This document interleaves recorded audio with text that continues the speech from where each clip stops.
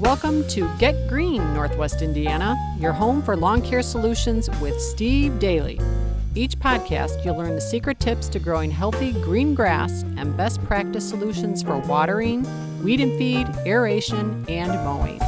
Here are your hosts, Steve Daly and Jim Jano. So Steve, today is a special day because this is our first podcast in 2025. Yeah, it feels special, let me tell you. Well, it's been a brutal winter month, but hey, we're getting green today, which is why I'm wearing my green Oxford. We're getting green. It does look good. I got to tell you, you are dapper. So Steve, what have you been doing for the last few months? What do you guys, you hibernate? Do you sleep? I've been working pretty hard. What have you been doing? Hibernating, sleeping, working out at the gym, doing some crap. No, I mean, we our office still open, but we reduce our hours, and I have to work on things like commercial contracts and all that stuff and finishing all that up. But you got to meet with your marketing guy all the time, too. That's got to kind of be horrible.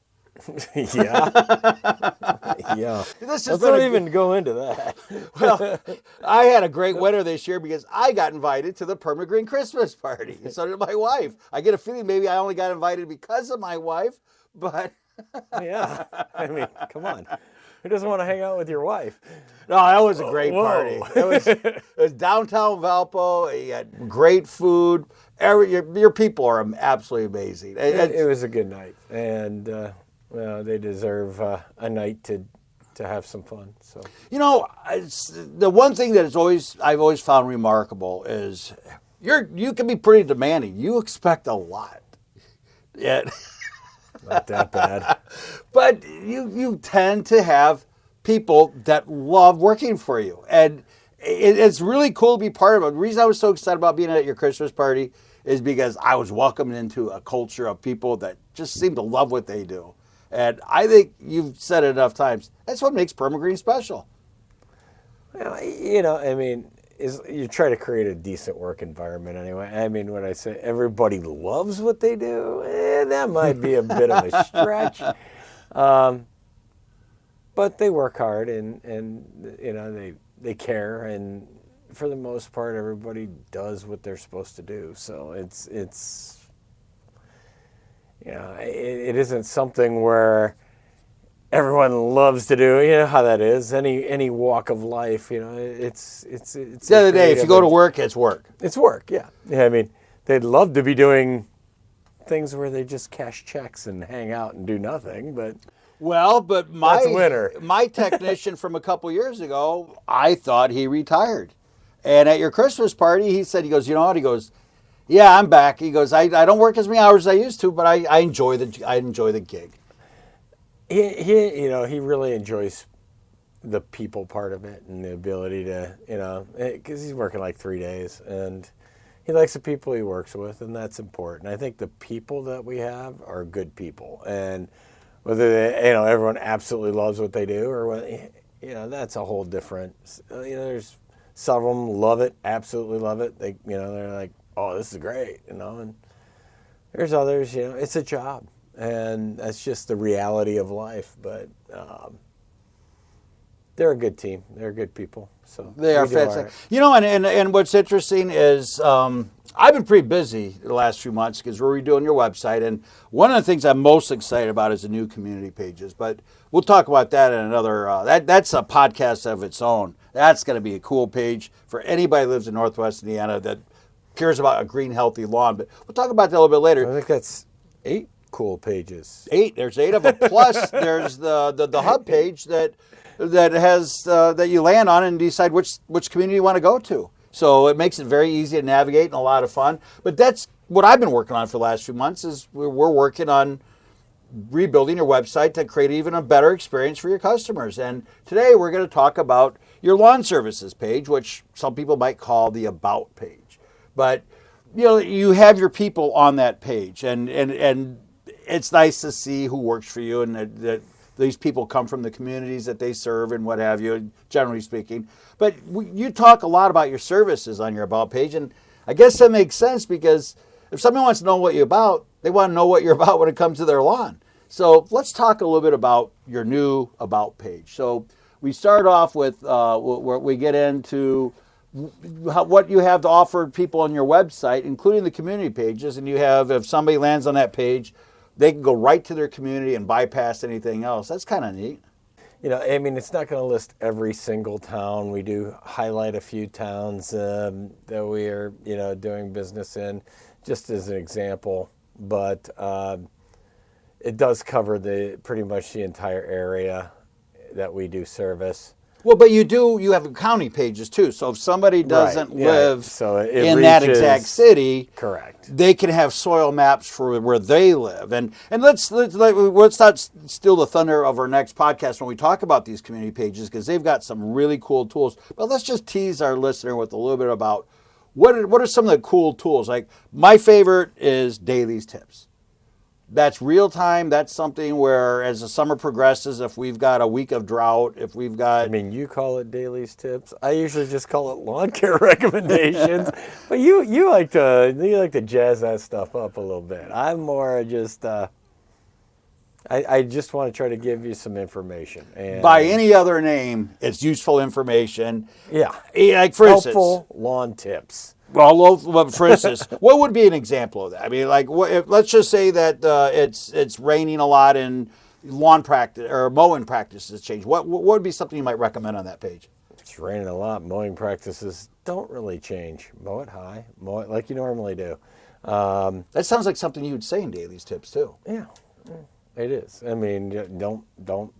It's things like proper watering, not watering enough.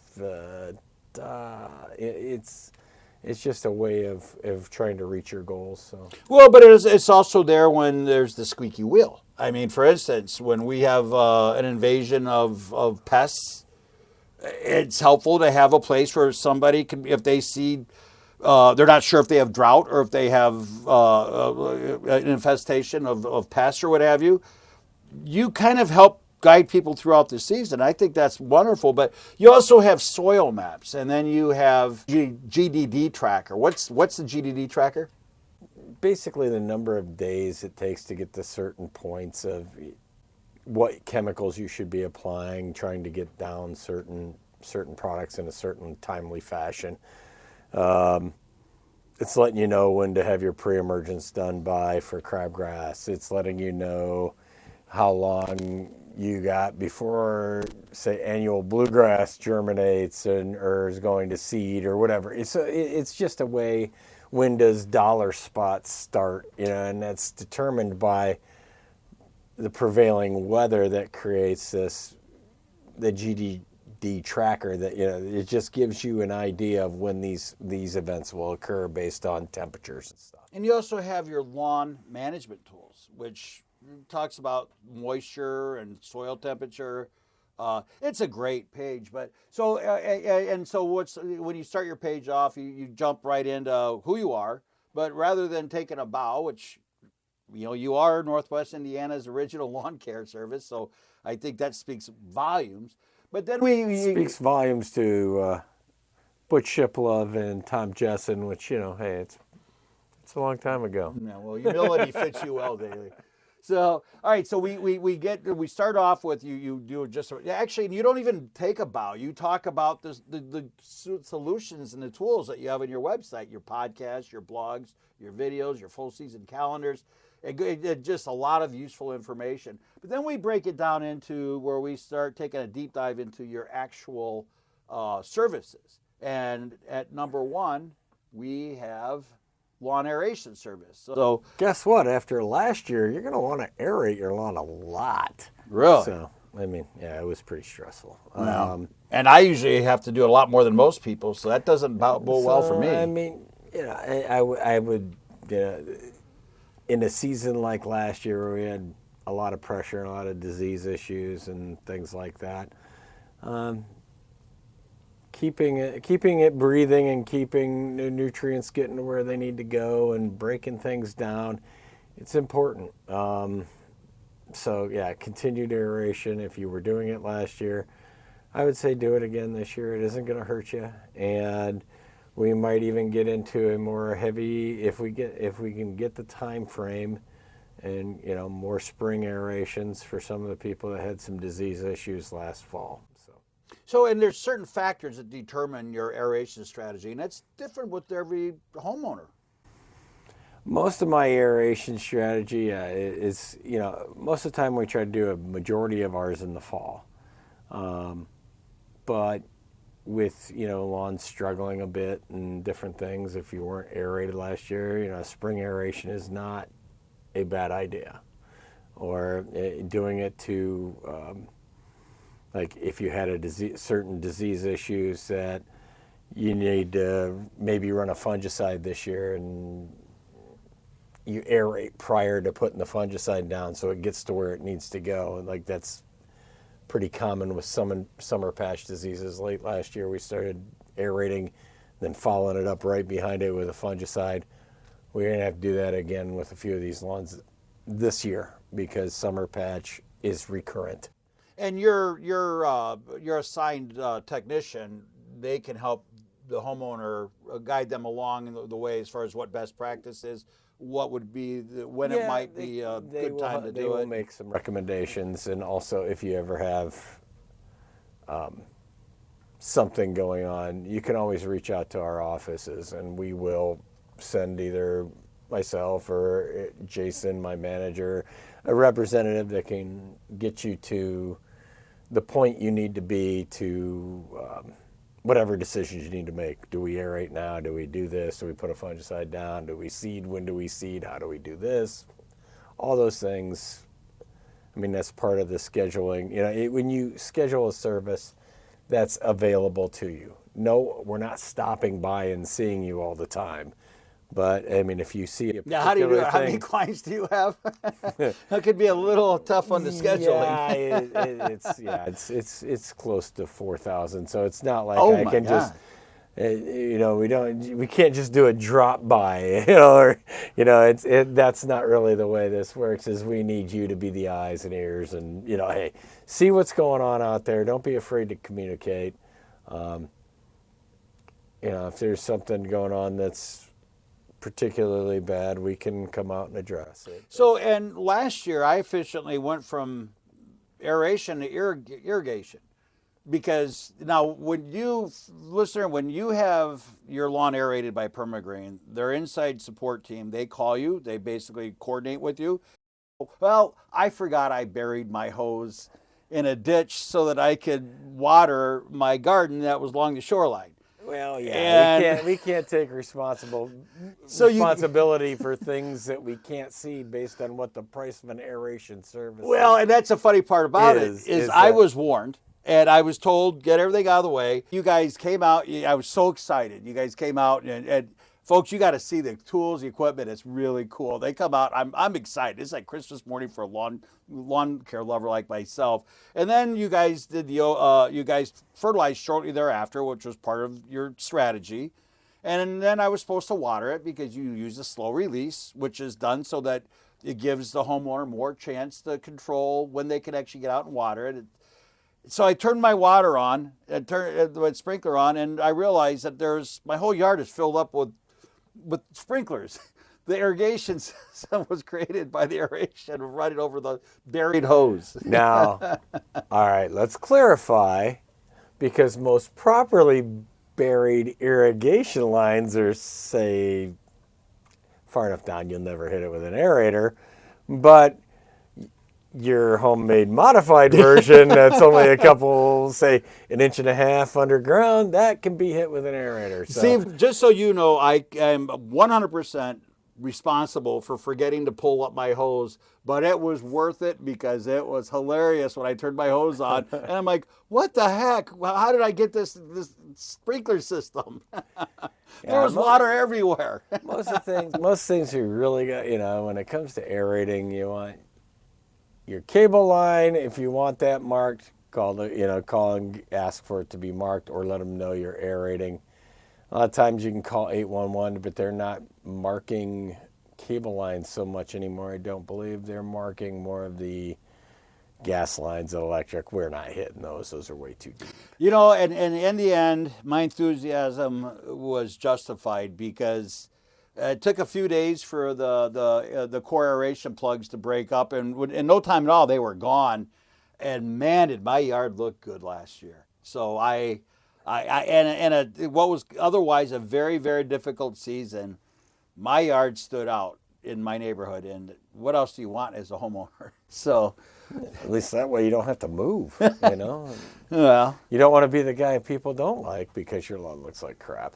talk about overseeding your lawn with irrigation. You don't always have to overseed when you aerate. Aeration is just allowing the lawn to breathe. If you want to overseed it, you can.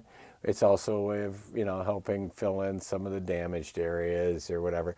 It's not, overseeding after you aerate is not going to create some version of a blanket lawn. It's just a way of helping to incorporate more new life into the lawn when you aerate. And just choosing the right grass type for the lawn you have is the key. So Steve, where can they learn more about the miniest lawn care solutions of Perma-Green? Go to our website at perma-green or perma-green.com and we can help you there. There's plenty of tools on that website to get you through. I was trying to get some ideas, so I went to Google and I searched lawn care tips, Northwest Indiana, and what do I see? I see all your pages, I see blogs, I see podcasts. And then I did another search similar for Porter County. You were number one again. You're really starting to get a lot of information out there for people to learn how to make remarkable yards. I think that's pretty cool. So let's move on to some of the services most people associate Perma-Green with. One is your yard fertilizer service, lawn fertilizer service. You recommend a full season program as opposed to a partial program, correct? Having consistency is the key, I would say. We're not going to, we'll look at the situation. I mean, if you own a 3-acre lawn and you don't have irrigation, then maybe if, as full season, maybe you do less treatments. You do maybe 4 instead of 6. If you have an irrigation system, you're highly maintaining your lawn, you're aerating it, you're doing this, blah. And it's just, it just depends on what you have available to you to make it work. And that's one of the things I notice is the underlying tone of everything you do is it's about customization to each unique circumstance of every customer. And I think that some people might appreciate the fact that if they've got acres upon acres of land, that you're conscientious about trying a way to make it manageable to maintain it correctly. But the one thing I've noticed that you never vary from, fall fertilizers. Oh yeah, no, that's the most important. A consistent low rate of fertilizer throughout the course of the year until you get to the fall, and then you start hitting it good. And the fall is basically what allows the nutrients to get to the soil. So when the grass wakes up in the spring, it's got nutrients to feed it when it needs it most. It actually takes it in the root and stores it and does things with it differently. That's you're trying to increase your plant's storage so the next spring it has the ability to handle all the upgrowth that usually comes naturally with rain and. Is fall fertilizers always a two-step process? Do they work with each other? The idea is to put down some version of, 1.5 pounds to 2 pounds of nitrogen. So usually you want to split that. So they aren't necessarily separate. It's just it's just part of the thing where you want to try to work it in a logical fashion. You want it to be, a combination of full and slow release, so you're using both in that application. Some of that nitrogen's there available immediately, some of it's releasing in a slower term. So, and you have on your website, you actually have information for people that maybe aren't already on a full season program and they just want to learn a little bit more. One of the pages I love that you have, it actually talks about best practices throughout the season. It's a chart. And then alongside it, you show which one of your programs handle that task so that a person that wants to be more educated can go to that page and discover what's best for their particular needs. And then you have another page that shows what's included in each program. So, folks, and just to remind everybody, if you want to stay connected with Steve Daly and his Perma-Green team, you want to hit the subscribe button below, and you'll get a notification every time we come out with another podcast. Subscribe. And there'll even be helpful links in the description so that if somebody likes what they hear and they want to get more educated, you definitely have a lot, especially with the new community pages. But there's a lot of useful information that can help people get through the rough times of every summer's growing season. How can they learn more about lawn care from Perma-Green? Go to our website at perma- whatever you want to call that, green.com. And we can help you there. Perma-Green or Perma-Green.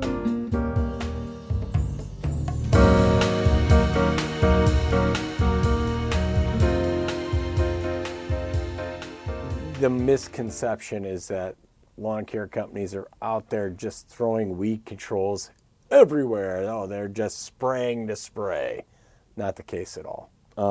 You actually prefer to First feed of the all, yard, make it strong so you don't have to use as much. The stronger the lawn is, the healthier the lawn is, the less weed control you have to use, the healthier it is for all of us. Okay, so the idea is to clean it up. Weeds that blow in from seedling, they're going to come in and try to germinate. And then you've got to spray them when you see them. But that does not mean you have to treat your whole lawn with weed control every time it's serviced.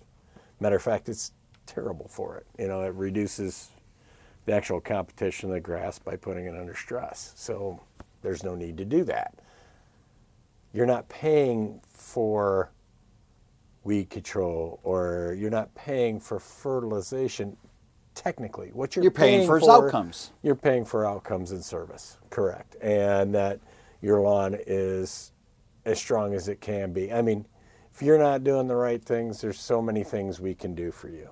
I mean, that's just and part of the that fact. segues right back to this page. The About page is about your services, but more specifically, and I like where you were going with that, it's about outcomes, because results means it has a single objective. So the result of weed control is to kill a weed. But if your outcome is to have a healthy lawn, you're going to vary every season what you're doing to create the greatest outcome. So it might be, well, if we do this and we cut back on the weed control and we strengthen the root system, then we've got a stronger yard that requires less weed control the next year. So somebody that thinks that they're just buying weed control, they're missing the boat. It's a plant, okay? You're treating plants. They're living, breathing organisms. You'll treat your flower like it's, gold.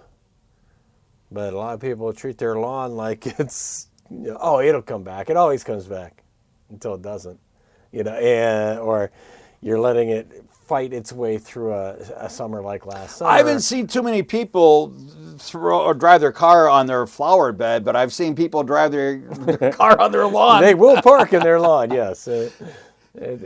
Some won't. Some won't let you breathe on their lawn, but most people will do some weird things with grass, and they'll take the assumption that they've watched it come back for years.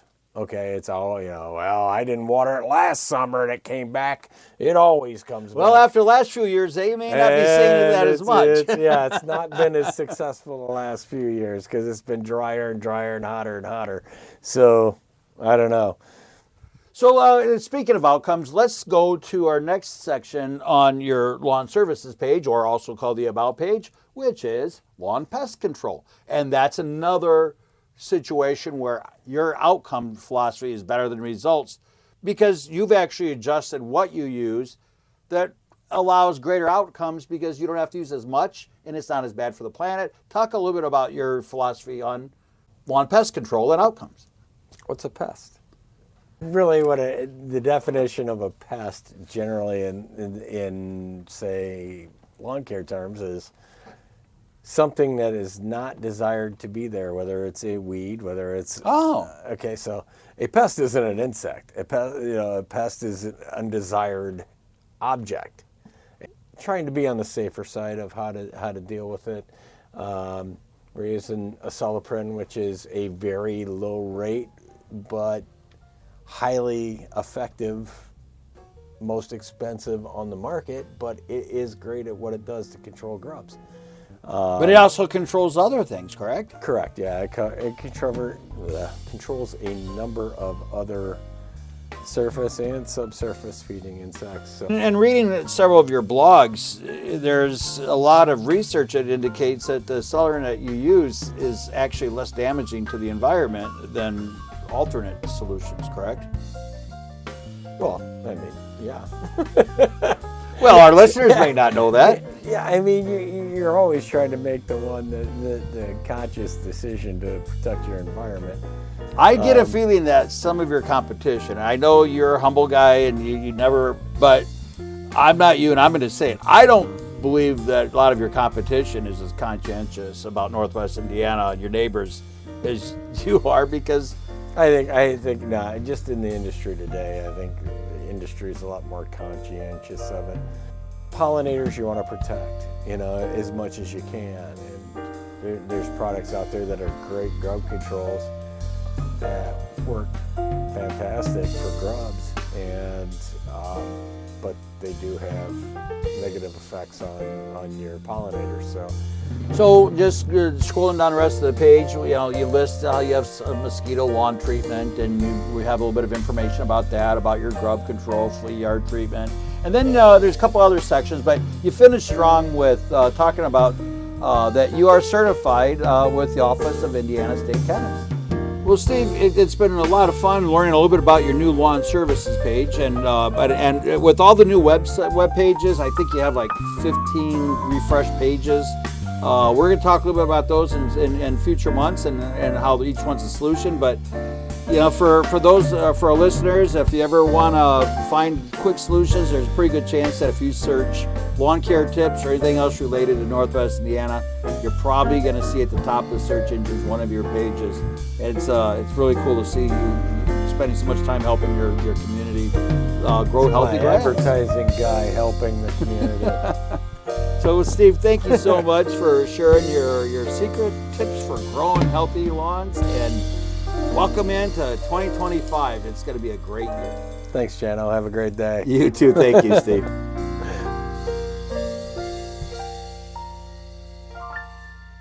Oh, we didn't get into the whole Perma-Green.com. Ooh. Okay, hold on.